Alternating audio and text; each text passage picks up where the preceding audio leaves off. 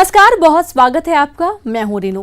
दिन भर की भागम भाग और रफ्तार भरी खबरों के बीच कुछ खबरें ऐसी भी होती हैं जो सामान्य खबरों से थोड़ी जुदा होती हैं और खबरों की भीड़ में खबरें होती हैं जरा हटके। तो आज के इस खास शो में आपके लिए बहुत कुछ खास बताएंगे। कहां बारिश जंगली जानवरों पर कहर बनकर बरसी है, इंद्रदेव को मनाने भोले बाबा की डुबकी, देखेंगे उस ऑटो को भी जिसमें हाथ धोने तक का इंतजाम है, और इसी के साथ देखेंगे कि कहां क्लासरूम में दिखाया गया ब्रह्मांड। तो चलिए शुरू करते हैं खबरें जरा हटके।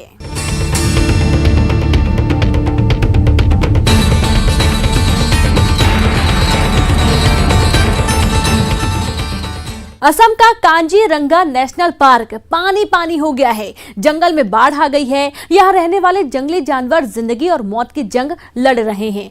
पार्क का ज्यादातर हिस्सा पानी में डूब चुका है। आप भी देखिए। बारिश ने कर दिया बाहर, जंगल छोड़ने को मजबूर जानवर। जंगल में जलजला।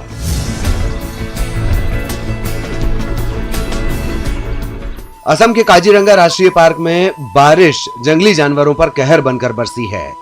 जंगल में बारिश का पानी भर जाने के कारण बड़ी संख्या में जानवर जंगल से सुरक्षित जगह की तलाश पर निकल गए हैं। पलायन करने वाले जानवरों में एक सींग वाले गैंडे, एशियाई हाथी और भैंसों का विशाल झुंड शामिल है। वन विभाग भी इन जंगली जानवरों को किसी महफूज जगह पर पहुंचाने की कोशिश में लगा है। पार्क के अधिकारियों की माने तो जंगल के करीब 90% इलाके में पानी भर चुका है, जिससे यहां के जानवरों की जान पर बन आई है। हिरण, गैंडे, हाथी सड़क किनारे आने को मजबूर हैं।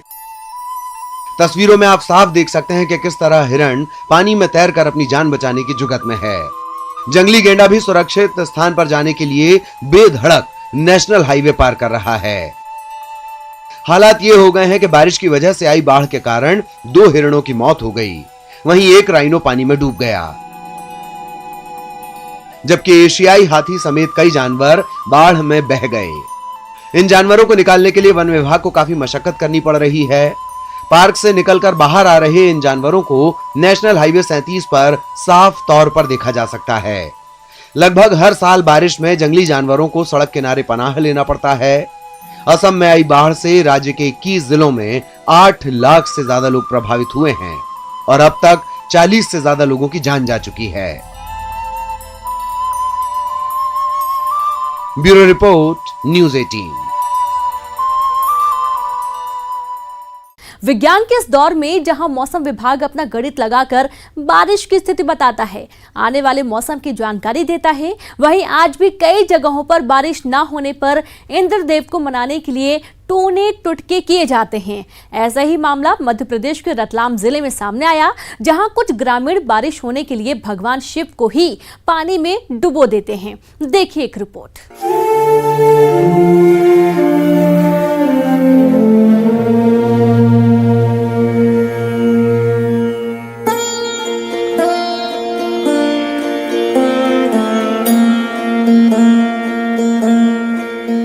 सावन के महीने में लोग भगवान शिव को मनाने के लिए क्या नहीं करते हैं। हर सोमवार को उपवास रखा जाता है, कांवड़ यात्रा निकाली जाती है। भोले बाबा को मनाने के लिए भक्त कई तरीके से तप, तपस्या और उपासना करते हैं। लेकिन मध्य प्रदेश के रतलाम जिले में लोग मन्नत पूरी करने के लिए भगवान शिव को ही पानी में डुबो देते हैं। जब हमने इस कहानी के पीछे की कल्पना को जानने की कोशिश की तो पता चला कि ये परंपरा पिछले कई सालों से चली आ रही है। लोगों की मान्यता है कि जिले में जब भी बारिश नहीं होती, स्थानीय लोग भगवान शिव को पानी में डुबा देते हैं। इसके बाद जिले में बारिश होने लगती है और फिर मंदिर के दरवाजे खोल दिए जाते हैं। यहाँ पर मान्यता यह है कि जब बारिश नहीं होती है तो भगवान भोलेनाथ को पानी में डुबोया जाता है।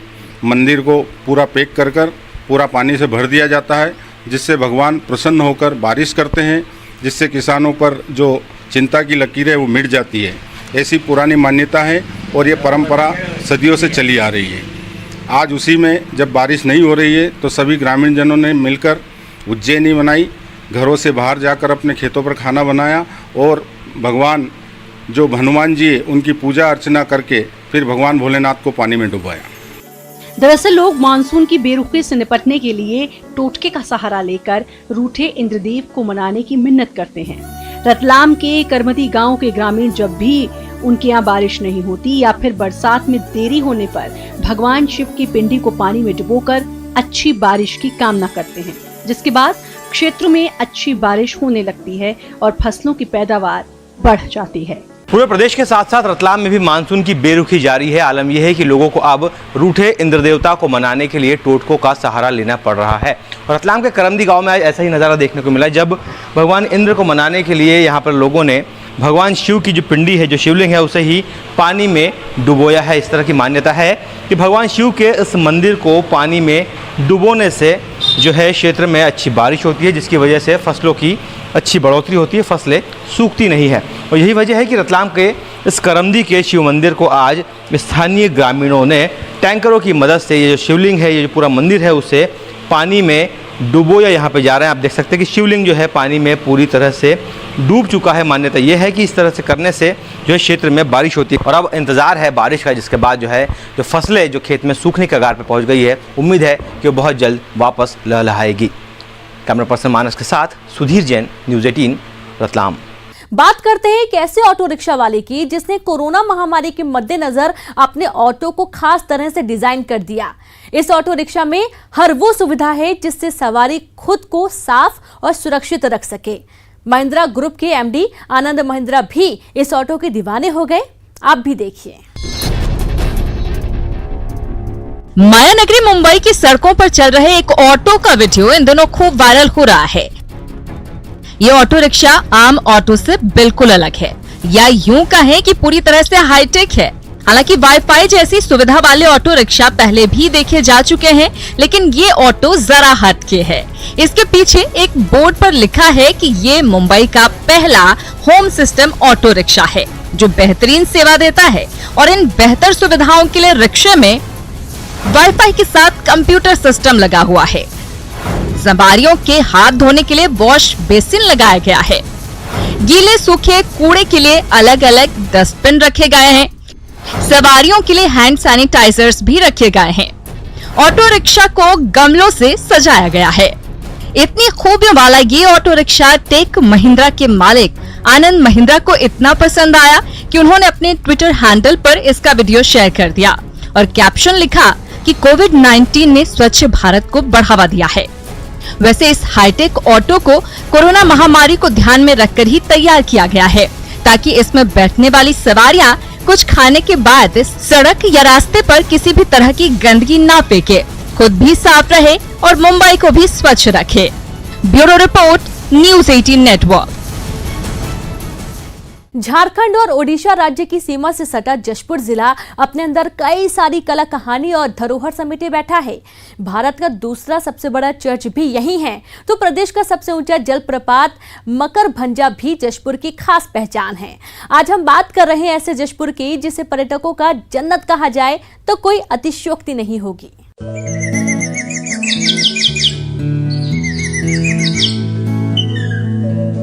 जशपुर, जिसे पर्यटन क्षेत्र का जन्नत कहा जाए तो गलत नहीं होगा। यहाँ पर्यटन के लिहाज से काफी संभावनाएं हैं। जशपुर में ही प्रदेश का सबसे बड़ा मकरभंजा वाटरफॉल हाल ही में सामने आया है, जिसमें करीब 400 फीट की ऊंचाई से पानी गिरता है।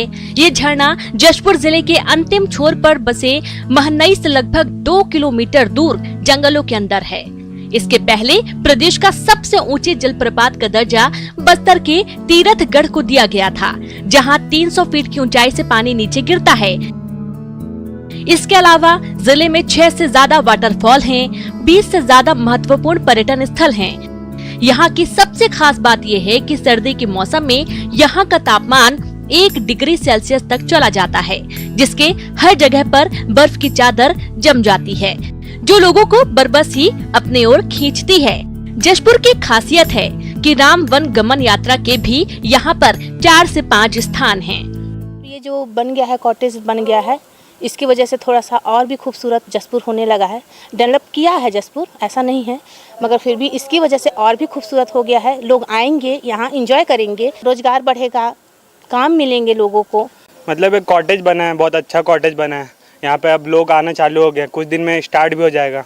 यहाँ मतलब कॉटेज बनने से लोगों को रोजगार भी मिलेगा और घूमने के उद्देश्य से देखें तो बहुत अच्छा जगह है। जशपुर में अब चाय और कॉफी का उत्पादन भी शुरू हो गया है। इन सब को देखने हर साल प्रदेश और देश से पर्यटन जशपुर पहुंचते हैं, लेकिन बाहर से आने वाले पर्यटकों के रुकने के कोई खास इंतजाम नहीं होने के कारण पर्यटक थोड़ा निराश हो जाते थे। लेकिन अब सरकार पर्यटकों को ठहरने के लिए भी यहाँ खास इंतजाम कर रही है। पर्यटन मंडल यहाँ करोड़ों की लागत से जोहार एथनिक कॉटेज तैयार कर रहा है। 10 एकड़ में बन रहा ये कॉटेज बेहद खूबसूरत है और लगभग बनकर तैयार हो चुका है, जो जल्द ही पर्यटकों के लिए खोल दिया जाएगा। ये कॉटेज इतने भव्य हैं कि अभी से लोग इन्हें देखने पहुंच रहे हैं। जशपुर में ये जो एथनिक कॉटेज बना है, ये पर्यटन के मानचित्र में जशपुर को स्थापित कर देगा। और जब पर्यटन के क्षेत्र में जशपुर का नाम होगा, लोग दूर दूर से आएंगे, देखने आएंगे, तो यहाँ रोजगार बढ़ेगा, रोजगार के अवसर पैदा होंगे। जशपुर जिले में जो 5 किलोमीटर दूरी में बाला छापर में जोहार एथनिक रिजॉर्ट जो बनाया जा रहा है, इसमें वुडन कॉटेज भी हैं, टेंट भी की भी व्यवस्था रहेगी। और यहाँ के जो परिवेश के अनुसार जो रिजॉर्ट है ये उपलब्ध होगा। साथ में वहाँ पर रेस्टोरेंट भी होगा। लोगों को उससे यहाँ के लोगों को रोज़गार भी मिलेगा और ये ज़िले के लिए एक बहुत बड़ी उपलब्धि होगी। जशपुर जिला मुख्यालय से 5 किलोमीटर दूर एथनिक कॉटेज बनकर लगभग तैयार हो चुका है और इस कॉटेज को देखने के लिए लोग दूर दूर से यहाँ पर पहुँच रहे हैं। इस कॉटेज के बनने के बाद स्थानीय लोगों में खुशी इस बात को लेकर है कि यहाँ पर कॉटेज बनने के बाद पर्यटन बढ़ेगा तो रोजगार के अवसर भी बढ़ेंगे। दीपक सिंह, न्यूज़ 18 छत्तीसगढ़, जशपुर। और यहाँ पर वक्त एक ब्रेक का है, हम जल्द हाजिर होंगे।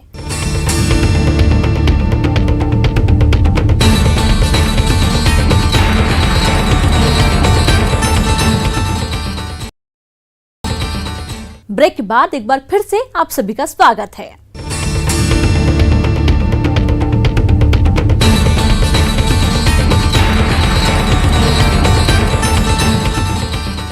डिजिटल क्रांति ने काफी कुछ बदल दिया। ऑनलाइन शॉपिंग होने लगी, घर बैठे सामान आने लगे हैं, लेकिन कुछ जगहों पर कुछ है जो बिल्कुल नहीं बदला। आज हम आपको ऐसे ही एक तरीके के बारे में बतलाने वाले हैं जो कई साल पुराना तरीका है, लेकिन वो तरीका आज भी कायम है। न केवल कायम है बल्कि कामयाब भी है। आप भी देखिए। समय के साथ काफी कुछ बदल गया है। रहने का तरीका और जीने का सलीका, हर चीज बदल गई है। लेकिन कुछ जगह ऐसी भी हैं जहां बदलाव आने के बाद भी वहां कुछ चीजें बिल्कुल नहीं बदली। जी हां, हम बात कर रहे हैं छत्तीसगढ़ के कोंडागांव जिले की, जहां चीजें नापने और तौलने के लिए आज भी सदियों पुराने माप का इस्तेमाल हो रहा है। ऐसा नहीं है कि बदलाव की बयार यहाँ तक नहीं पहुँची, लेकिन कुछ लोगों ने उसे अपनाया नहीं।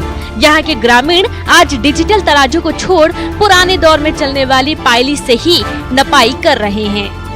सोली और पैली जैसे पहले के रिवाज के अनुसार हम लोग आज भी सोली और पैली में ही हम लोग लेते हैं। यहाँ ग्रामीण अपने पुराने नाप तौल पायली और सोली पर ज्यादा विश्वास करते हैं।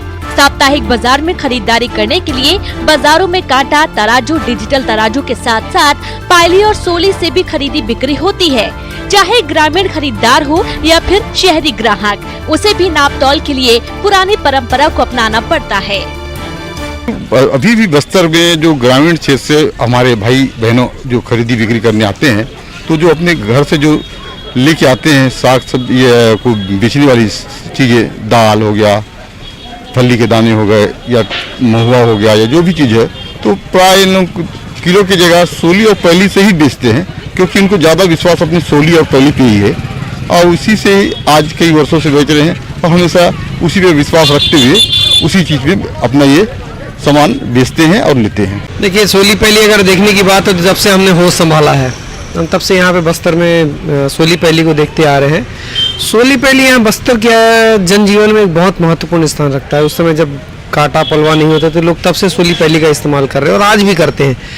गांव वालों को जो भरोसा है वो सोली पैली पे ज़्यादा है। अब वजन में तो कुछ कर सकते हैं, लेकिन सोली पहली की जो साइज होती है उसमें वजन का कम करने का कोई सवाल नहीं होता। प्लस अगर आप देखेंगे तो यहाँ भी सोली पहली में आपको ऊपर तक भर के देते हैं, मतलब आपको 10-20-30 ग्राम ज्यादा ही मिलेगा, कम नहीं मिलेगा। बाजार भले ही डिजिटल हो गया है, खरीद बिक्री के तरीकों में बेशक बदलाव आ गया हो, लेकिन आज भी ग्रामीण इलाकों में लगने वाले बाजारों की जान पायली और सोली ही होती है। विवेक श्रीवास्तव, न्यूज़ 18, कोंडागांव।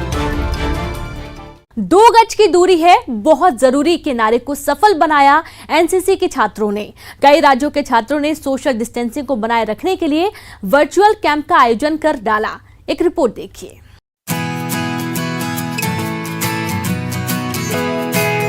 कोरोना काल ने जिंदगी जीने का तरीका बदल दिया है। खतरा कम से कम हो, इसके लिए 2 गज की दूरी के नारे पर खासा जोर दिया जा रहा है। उसी 2 गज की दूरी को कायम रखने के लिए एनसीसी के छात्रों ने भी कोशिश की है। रायपुर में एक भारत श्रेष्ठ भारत के तहत वर्चुअल एनसीसी कैंप का आयोजन किया गया, जिसमें कई राज्यों के कैडेट शामिल हुए। पहले जैसे इसको ऑन ग्राउंड किया जाता था कैंप को, और जाके बच्चे जैसे उस कल्चर उस स्टेट में जाकर उनसे बच्चों से मिलते थे, रूबरू होते थे। और अभी ये जो नए प्लेटफॉर्म पे ये ऑनलाइन जो कैंप कर रहे हैं, इसको वेबिनार कर रहे हैं, इसमें बच्चे वो मीडिया के थ्रू या अपने इलेक्ट्रिक माध्यम से एक दूसरे को जानने पहचाने। हमारा जो इसका एम है वो सेम है, एक दूसरे के कल्चर के बारे में जानना, उनकी बोली भाषा के बारे में जानना। इस एनसीसी कैंप का उद्देश्य कई भाषाओं के छात्रों का एक दूसरे से इंटरैक्शन कराना भी था, जिसमें पंजाब, हरियाणा और हिमाचल के छात्र भी शामिल हुए। इसमें जो विभिन्न डायरेक्टरेट के कैडेट्स होते हैं उनको कोलैबोरेट किया गया है। जैसे अभी हमारा ये एमपी एंड सीजी डायरेक्टरेट, जिसके साथ पंजाब, हरियाणा, चंडीगढ़ और हिमाचल प्रदेश के कैडेट्स को जोड़ा गया है, और वो एक दूसरे के कल्चर से अवगत होते हैं। इसमें जैसे उनके कल्चरल हेरिटेज हैं, बोल चाल, बोली भाषा क्या बोल रहे हैं, उसके बारे में ये जानेंगे। और इसमें ऐसे बहुत सारी एक्टिविटीज कराई जाती है या कराए जाए, जैसे उसमें हैं जो फॉरेस्ट डिपार्टमेंट से आए हुए हमारे बहुत सारे ऐसे एनिमल पर्सनालिटी गेस्ट्स हैं जिन्होंने लेक्चर दिया है। और वर्चुअल वीडियो कॉन्फ्रेंसिंग के जरिए एक भारत श्रेष्ठ भारत की थीम पर आयोजित एनसीसी कैंप में आर्मी, एयर विंग और नेवी विंग के कैडेट्स शामिल हुए।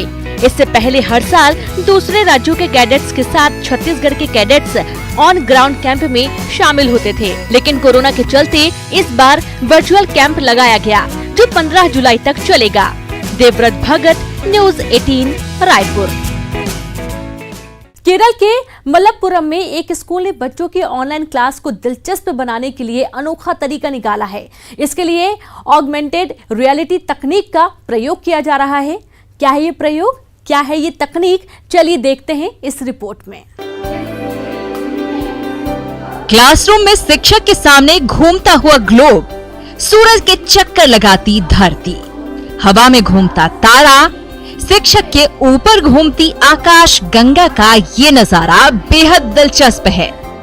ये नजारा है केरल के मलप्पुरम के एक किंडरगार्टन स्कूल का, जहां ऑनलाइन क्लास को और दिलचस्प बनाने के लिए खास तरीका अपनाया गया है। वैसे तो ऑनलाइन क्लास में छात्रों को ज्यादातर पावर पॉइंट प्रेजेंटेशन के जरिए पढ़ाया जाता है, लेकिन मलप्पुरम के इस स्कूल ने वर्चुअल तरीके से छात्रों के सामने यथार्थ को लाने की अनोखी कोशिश की है। ऑनलाइन क्लासेस को दिलचस्प बनाने की ये अनोखी पहल स्कूल के सामाजिक विज्ञान के शिक्षक श्याम बेंगलोर ने की है। श्याम ने लॉकडाउन शुरू होने के बाद से ही ऑनलाइन क्लास को ज्यादा से ज्यादा दिलचस्प बनाने के तरीकों की खोज शुरू कर दी थी, और आखिर उन्हें इसके लिए ऑगमेंटेड रियलिटी यानी AR तकनीक मिल ही गई। मैंने आगे की तकनीक खोजने के लिए गूगल में कुछ रिसर्च किए। मुझे इस तकनीक को खोजने में करीब 2 महीने का वक्त लगा। इस AR तकनीक के माध्यम से कंप्यूटर से बनाई गई तस्वीरों को उपयोगकर्ता के सामने उसके वास्तविक रूप में प्रस्तुत किया जाता है। फिर चाहे वो मंगल ग्रह हो या फिर जुपिटर या फिर अंतरिक्ष में तैरता एस्ट्रोनॉट, शिक्षक और छात्र दोनों को छोटी सी क्लास में पूरे ब्रह्मांड का रोमांच देखने को मिल गया। वैसे शिक्षक श्याम की इस खोज ने नन्हे छात्रों की रुचि ही नहीं बढ़ाई, बल्कि ऑनलाइन क्लास लेने वाले शिक्षकों को पढ़ाने का एक रोमांचक तोहफा भी दे दिया। Bureau report, news 18 network. देश भर में भगवान शंकर के 12 ज्योतिर्लिंग हैं, जिनके दर्शन करना अति शुभ माना गया है। लेकिन देश और प्रदेश में आज भी कई अद्भुत और रहस्यमय शिवलिंग हैं, जिन्हें देखकर हम हतप्रभ हो जाते हैं। उन्हीं में से एक विशालकाय शिवलिंग सीहोर के एक मंदिर में भी स्थापित है, जिसके बारे में कहा जाता है कि यहाँ एक बार मंत्र पढ़ने का मतलब 1001 बार मंत्र पढ़ना है। आप भी देखिए।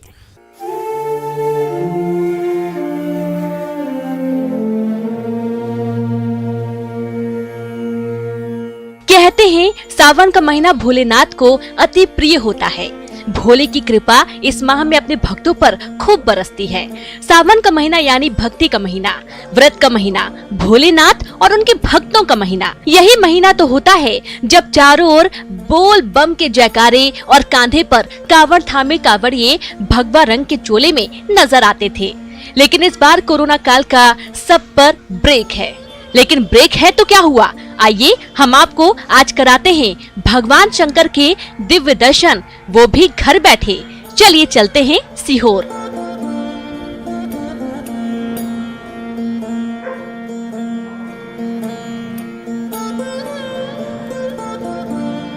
ये है सीहोर की सीवन नदी के मुहाने पर बसा बढ़िया खेड़ी।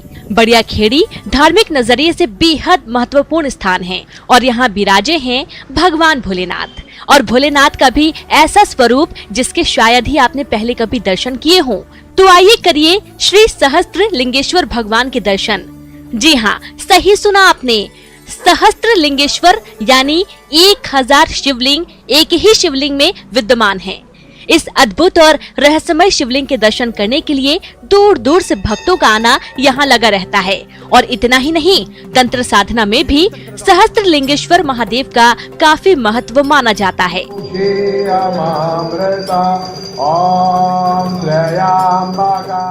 बाहर से सामान्य से दिखने वाले इस मंदिर में ये चमत्कारिक शिवलिंग विद्यमान है और कहते हैं कि भोले के भक्तों को यहाँ प्रार्थना और पूजन करने से 1000 गुना पुण्यफल मिलता है।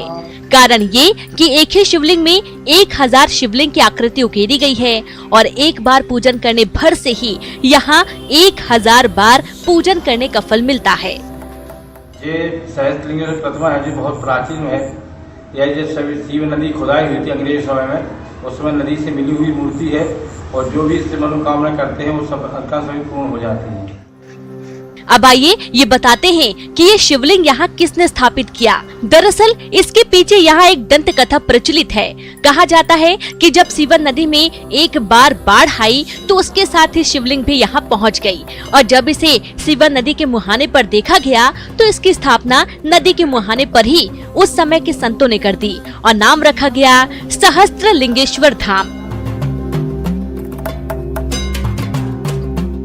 सामान्यतः शिवलिंग नर्मदा स्टोन पर उकेरे रहते हैं, लेकिन इसके अलौकिक और दिव्य स्वरूप का अंदाजा आप इसी से लगा सकते हैं कि इस विशालकाय शिवलिंग का पत्थर अनूठा और दुर्लभ है। मैं और मेरे पूर्वज शुरू से ही हम मंदिर में आते रहे और बाबा का बहुत चमत्कार है।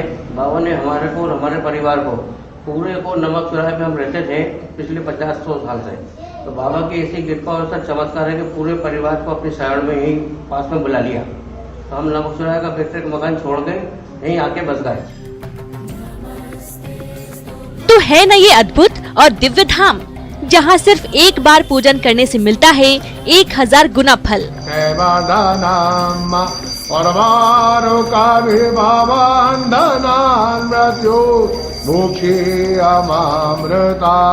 सीहोर से न्यूज 18 के लिए प्रदीप एस चौहान की रिपोर्ट।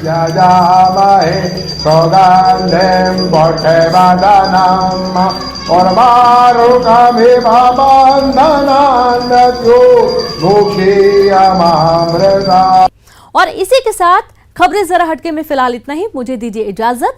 नमस्कार।